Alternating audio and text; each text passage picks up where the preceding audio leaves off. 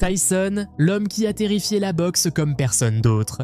Il ne se contentait pas de mettre ses adversaires KO, il les détruisait avec une intensité presque inhumaine. Et si quelqu'un osait lui manquer de respect, la correction était encore plus cruelle. Cette vidéo est un voyage à travers les nuits les plus sauvages où Tyson, avec sa rage implacable, a écrasé ceux qui ont cru pouvoir le défier. Peter McNeely, surnommé Hurricane, arrivait avec 36 victoires, une seule défaite et 30 KO. Il était plus grand, plus jeune, un peu plus lourd que Tyson, et surtout, il avait quelque chose que beaucoup n'osaient pas montrer, de l'audace. Dès la conférence de presse et jusqu'aux minutes précédant le combat, il s'affichait confiant, provocateur, presque moqueur. Mais ça ne suffisait pas. Tyson entrait sur le ring avec 41 victoires, une seule défaite et une réputation de 36 KO terrifiant. Le combat commença et McNeely, courageux, alla de l'avant. Il lança des uppercuts puissants avec rage, mais il baissa sa garde et s'en fut assez. Tyson le cueillit avec un crochet du droit net qui l'envoya au tapis. Peter se releva en courant, comme si rien ne s'était passé, mais son regard disait le contraire. La bête n'avait pas besoin de parler. Mike repartit à l'assaut et avec une autre combinaison brutale, il le remit à genoux. L'arbitre hésitait déjà à arrêter le combat. McNeely insista pour continuer, mais la troisième chute ne tarda pas. Son coin, voyant que la punition ne faisait que commencer, jeta l'éponge. L'ouragan avait été balayé en moins de 2 minutes.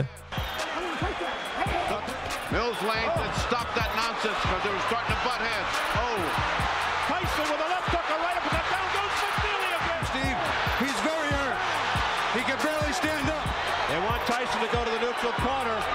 What's going on? Correct. That was not correct. That's a crime for McNeely. This kid was fighting his heart out. That is wrong. McNeely's corner who stopped the fight. And that is it. Just like that, it's over. Well, if it starts, you'll see Tyson land. Look at that hammering shot right there. And then the way he's punching, that right hand right there got him. And so he gets off balance and he goes down. Now the second knockdown, he's hurt more. No. On the inside, first knockdown. Mike comes across, just a nice short, crisp, turned over right hand. Super slow-mo, because that was a nice little right hand, but it didn't land with a huge amount of crunching force. Let's look at it. The right, keep your Mike Tyson.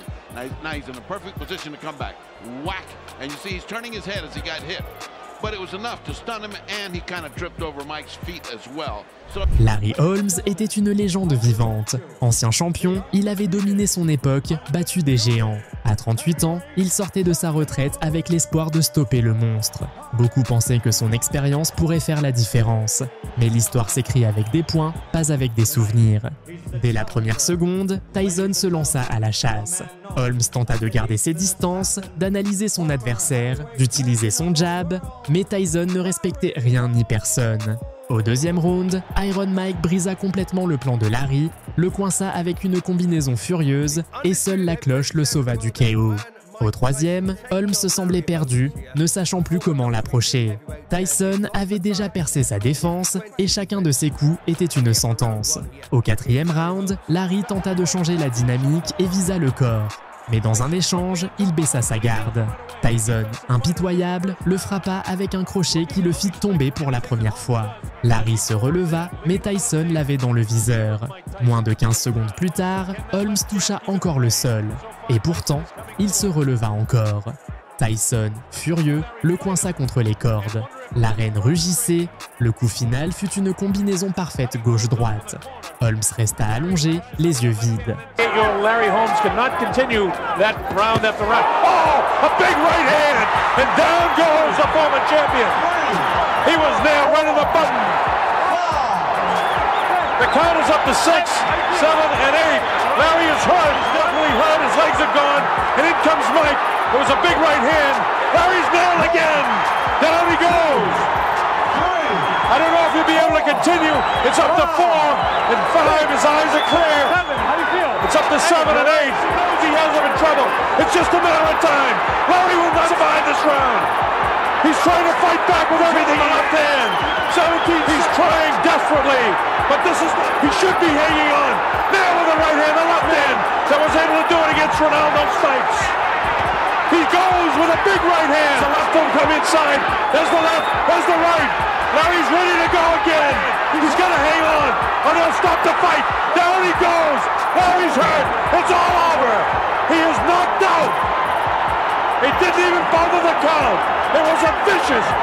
En 1985, Donnie Long avait un bilan respectable. 15 victoires, 3 défaites, 10 KO. Il monta sur le ring avec le sourire, sans savoir qu'il allait vivre son pire cauchemar. En face, un Tyson de 19 ans, avec 8 victoires consécutives, toutes par KO. Dès que la cloche sonna, Tyson fonça. En quelques secondes, Long titubait déjà. Il tenta de répliquer, mais Mike le frappa avec une combinaison gauche-droite qui l'envoya au tapis. L'arbitre commença le compte et Donnie assura qu'il pouvait continuer. Mais Tyson savait déjà que ce n'était qu'une question de temps. Il revint encore plus agressif, le coinça contre les cordes et lança une tempête de coups. Donnie tomba de nouveau. Cette fois, son corps ne répondit plus. Tyson again, another one of those fresh youngsters, only 19 years of age. Long is 27. Oh, wow. Well, that was quick. Tyson putting him down here early in the first. Frank Cappuccino looking on closely. You see Long holding those gloves up to say he's all right, but is he? Here comes Tyson. Left hand again. Well, he nearly sent Long out of the ring with that left hook. Tyson. Oh, Long is down. Second time. Another knockdown.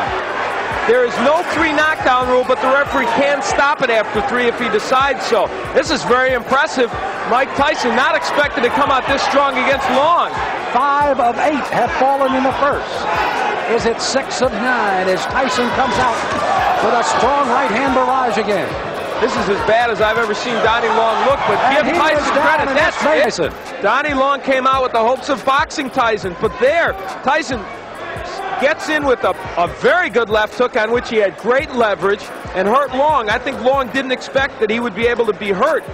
This is a man, remember. Mitch Green n'était pas un adversaire ordinaire. Il était boxeur, mais aussi chef de gang, provocateur de rue. Avant le combat, il insulta Tyson publiquement. Il le traita de produit gonflé, surestimé et jura qu'il le battrait. Le combat eut lieu en 1986 et ce fut l'un des plus durs pour Tyson à ses débuts. Mitch tint les 10 rounds. Contrairement à d'autres, il resta debout jusqu'au bout, mais il fut frappé avec une telle violence que sa tête bougeait toute seule à chaque fin de round. Green ne fut pas mis KO, mais il fut totalement humilié. Ce fut une leçon de résistance pour Green et de domination totale pour Tyson. Well, the way he's geared up now, he wants to go out in style.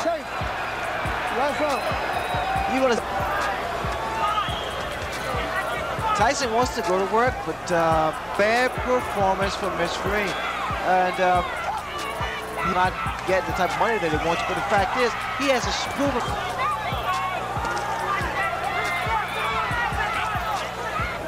Come on.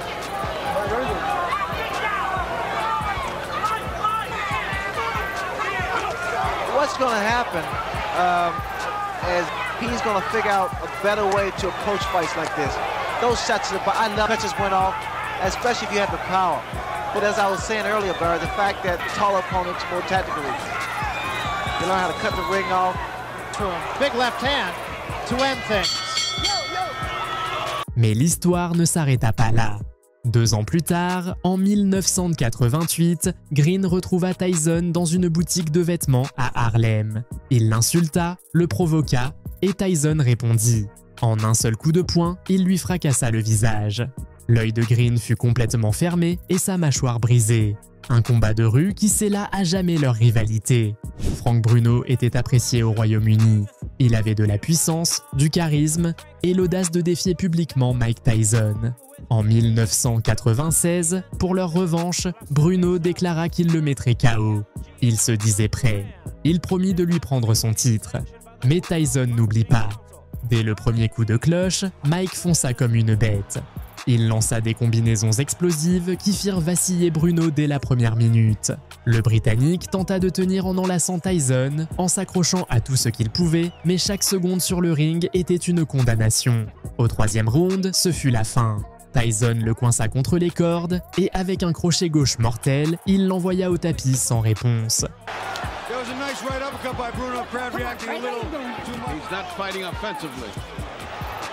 Right uppercut down the side of it, a home run. A home run thrown by Tyson. They just missed. Frank, this is all you fucking wanted. Throw the uppercuts with some fucking venom and Got hurt in the first round. That right hand, that could have been a cut right there. See the heads go. In the last round, you see Mike rocking counter with a nice right hand. Then here comes the hook. Didn't land clean, but there's more behind that. Mike threw a nice counter right hand. Bill Slay saying, fight it out, stop holding. You know, people kept wondering which lean. This is a similar Mike Tyson, maybe just a little more patient, a pinch heavier, but I think he's a little more patient and a little more disciplined. Expected. He said he's not looking for the Tyson who fought McGillian Mathis. Here's a combination uppercut by Tyson. Tyson laying it on, pouring it on. Down goes Bruno into the ropes.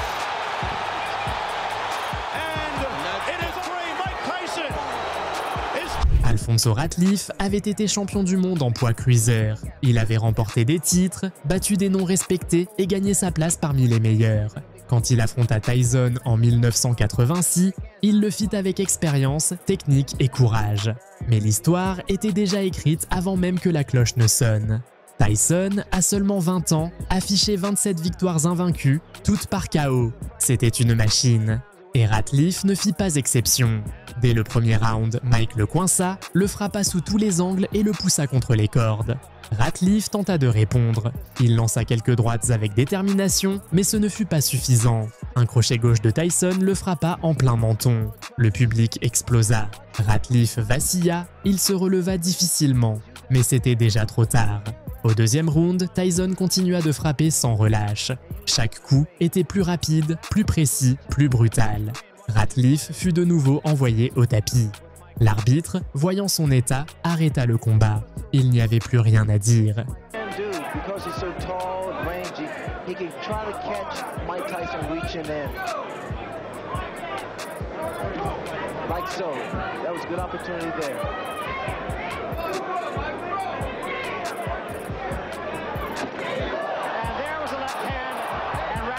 Sit it out.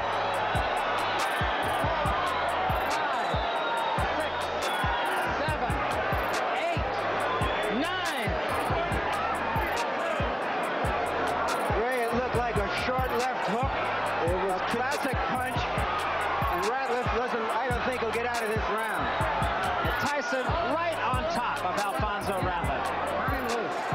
Another sign, of course, that you look for is, can the man finish? And Tyson has left little doubt about that so far.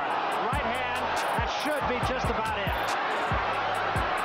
Davey Pearl looking very closely. And that's all. It's over.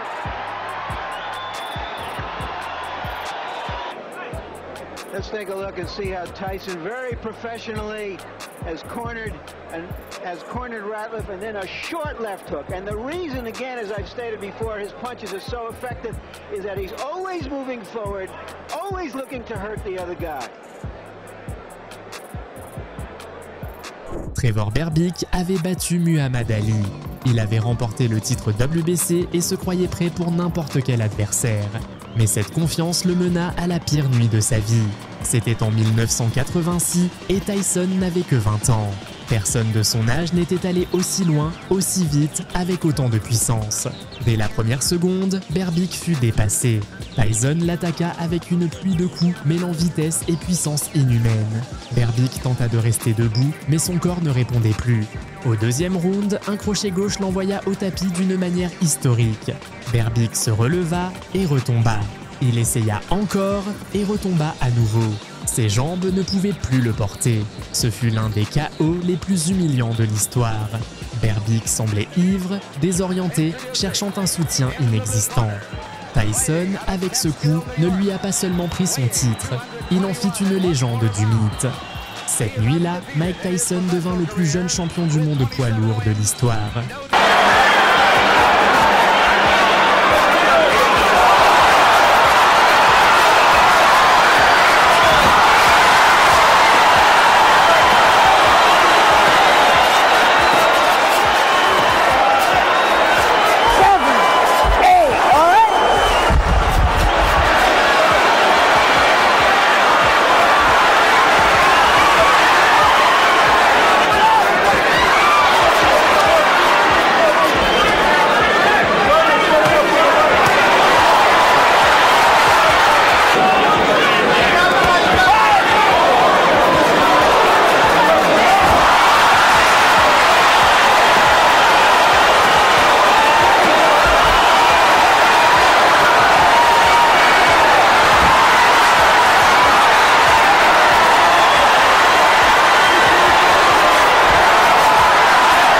Tyrell Biggs était raffiné, olympique, invaincu.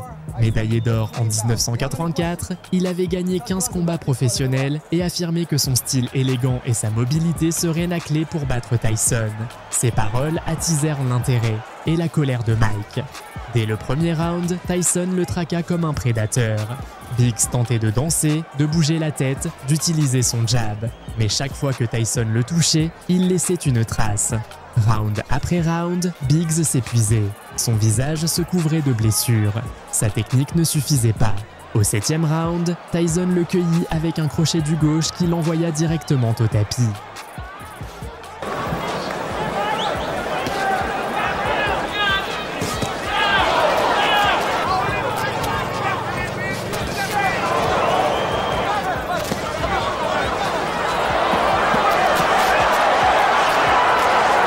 Fire from your chin, though. The guy can't fight inside, so if you got no legs, fight him inside.